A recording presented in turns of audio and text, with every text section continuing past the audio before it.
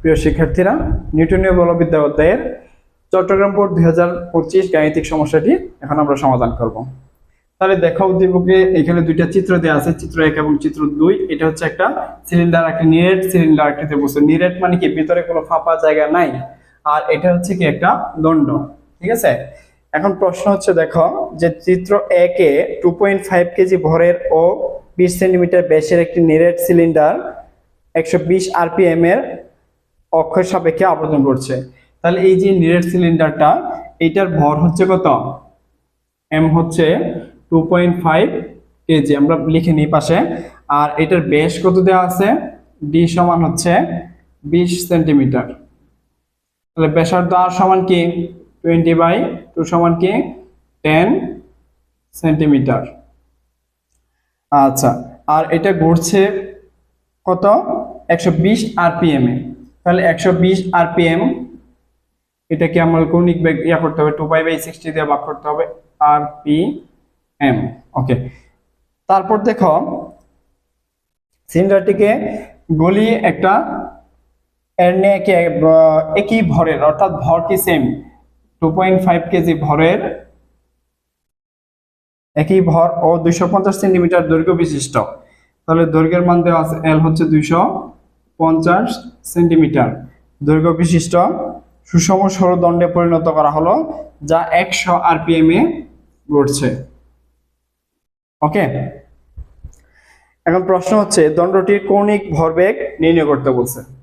এই যে দণ্ডটা আছে, এই দণ্ডের কৌণিক ভরবেগ নির্ণয় করতে বলছে।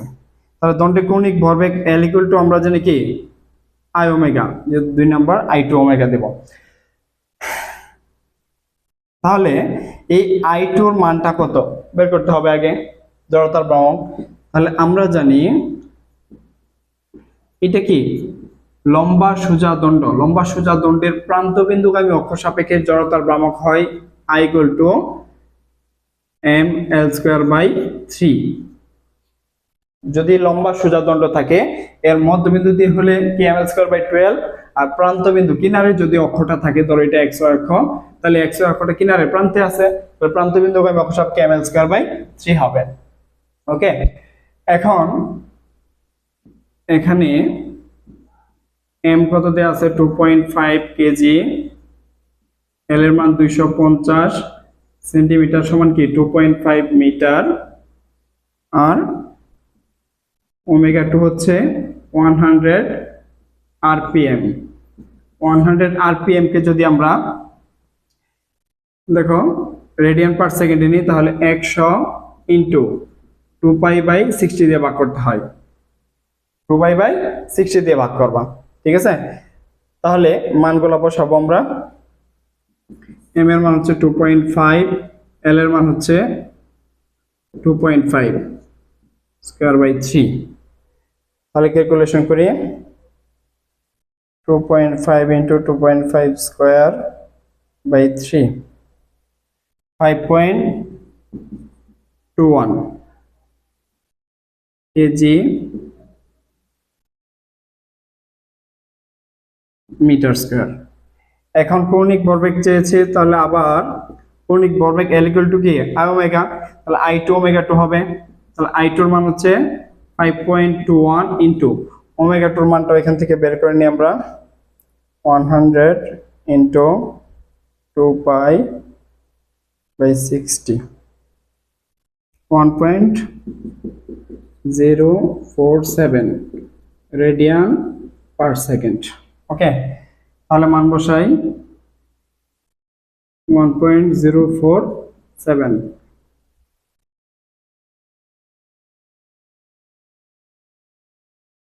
1.047 না, সরি 10.47, 10.47। তাহলে এটাকে গুণ করব আমরা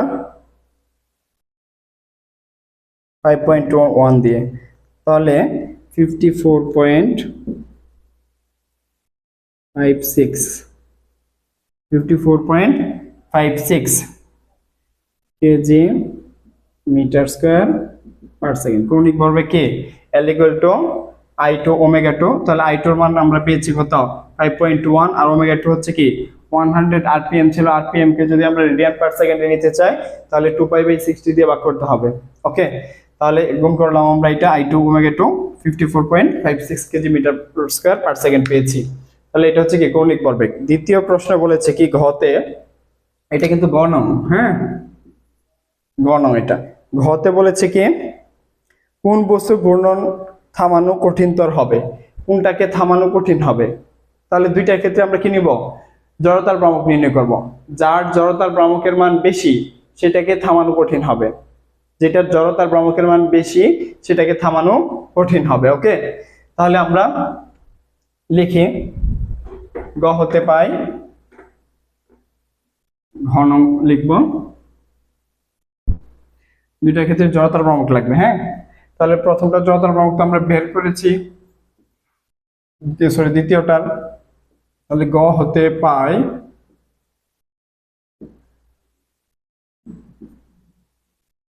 চিত্র 2-এ জড়তার ভ্রামক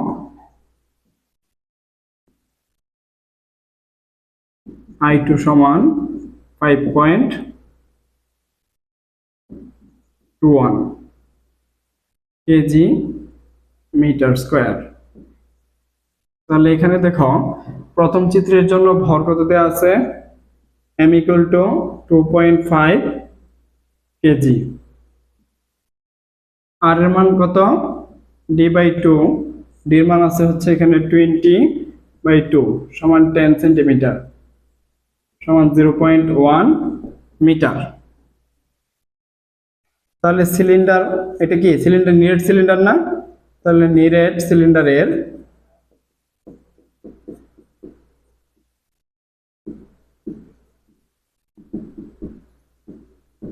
জড়তার ভ্রামক, এটা i1 দিব, i1 সমান হাফ m r স্কয়ার। ওকে, হাফ m r স্কয়ার। বৃত্তাকার চাকতি আর সিলিন্ডারের ক্ষেত্রে সেম হবে, হাফ m এর মান হচ্ছে 2.5, r এর মান হচ্ছে 0.1।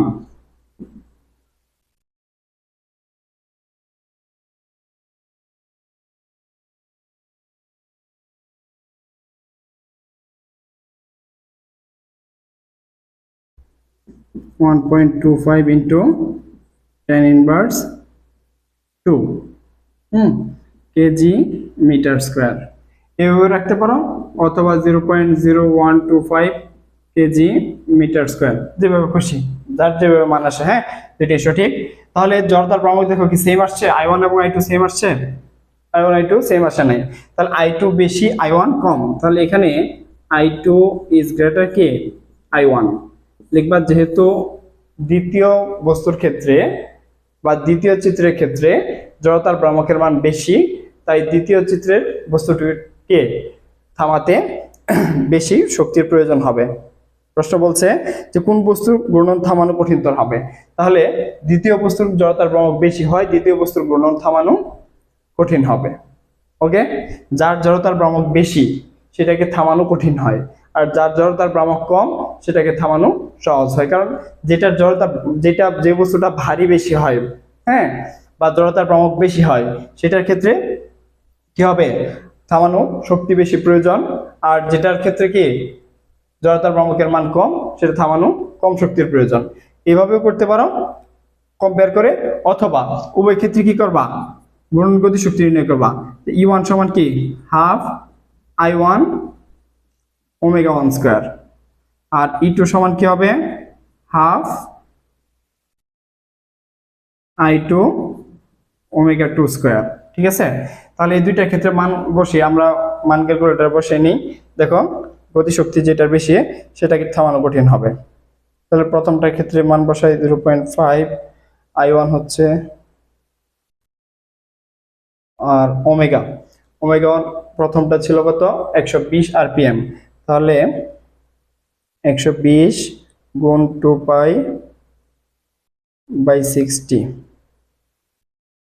এইটুকু সম্পূর্ণটা হোল স্কয়ার। হ্যাঁ, এইটুকুর জন্য মান আসে হচ্ছে 0.986 জুল। ওকে, আর এটার জন্য মান আসে কত দেখি আমরা,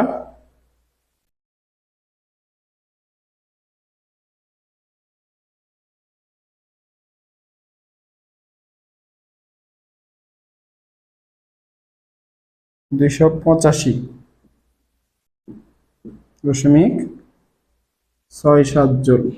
তাহলে লক্ষ্য করো, দ্বিতীয় বস্তুর ক্ষেত্রে দ্বিতীয় বস্তুটাকে থামাতে গিয়ে 285 জুল শক্তির প্রয়োজন, ঘূর্ণন গতি শক্তি।